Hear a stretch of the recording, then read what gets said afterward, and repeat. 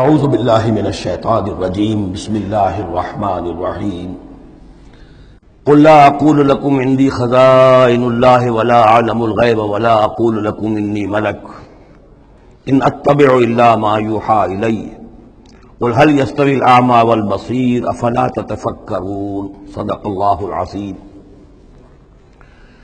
اے نبی ان سے کہہ دیجئے میں تم سے یہ نہیں کہتا کہ میرے اختیار میں ہیں اللہ کے خزانے، تم مجھ سے کہتے ہو یہ دکھاؤ یہ دکھاؤ یہ دکھاؤ۔ میں نے کب دعویٰ کیا ہے کہ میرا اختیار ہے؟ کسی شخص سے مطالبہ کیا جانا چاہیے اس کے دعوے کے مطابق۔ میں نے الوہیت میں داخل ہونے کا کب دعویٰ کیا؟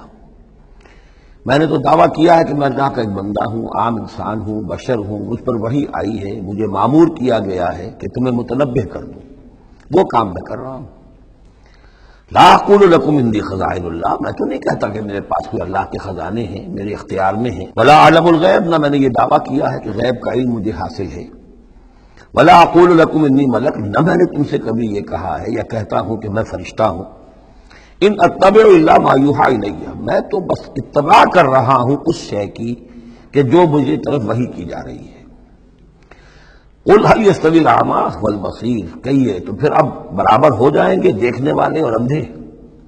افلا تتفکرون، تو کیا تم تفکر نہیں کرتے، غور و فکر سے کام نہیں لیتے؟ وانذر بہ، اب پھر یہاں بہ پر زور دے رہا ہوں میں۔ اے نبی اس قرآن کے ذریعے سے خبردار کر دیجیے، آپ کا کام انذار ہے، تبشیر ہے۔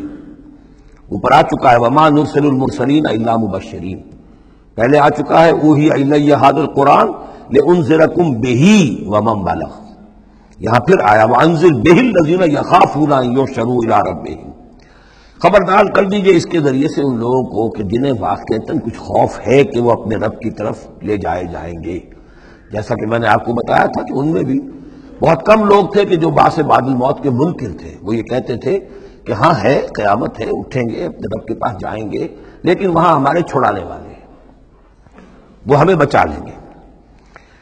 وانذر بہ الذین یخافون ان یحشروا الی ربہم لیس لہم من دونہ ولی ولا شفیع، ان کے لیے کوئی نہیں ہوگا اللہ کے سوا، نہ کوئی حمایتی نہ سفارش کرنے والا۔ اپنی ان مغالطوں کو رفع کر لیں، ان غلط فہمیوں کو رفع کر لیں۔ لعلہم یتقون، شاید کہ ان میں تقوی پیدا ہو جائے، شاید کہ وہ ڈر جائیں، شاید کہ خوف پیدا ہو جائے۔ صدق اللہ العظیم۔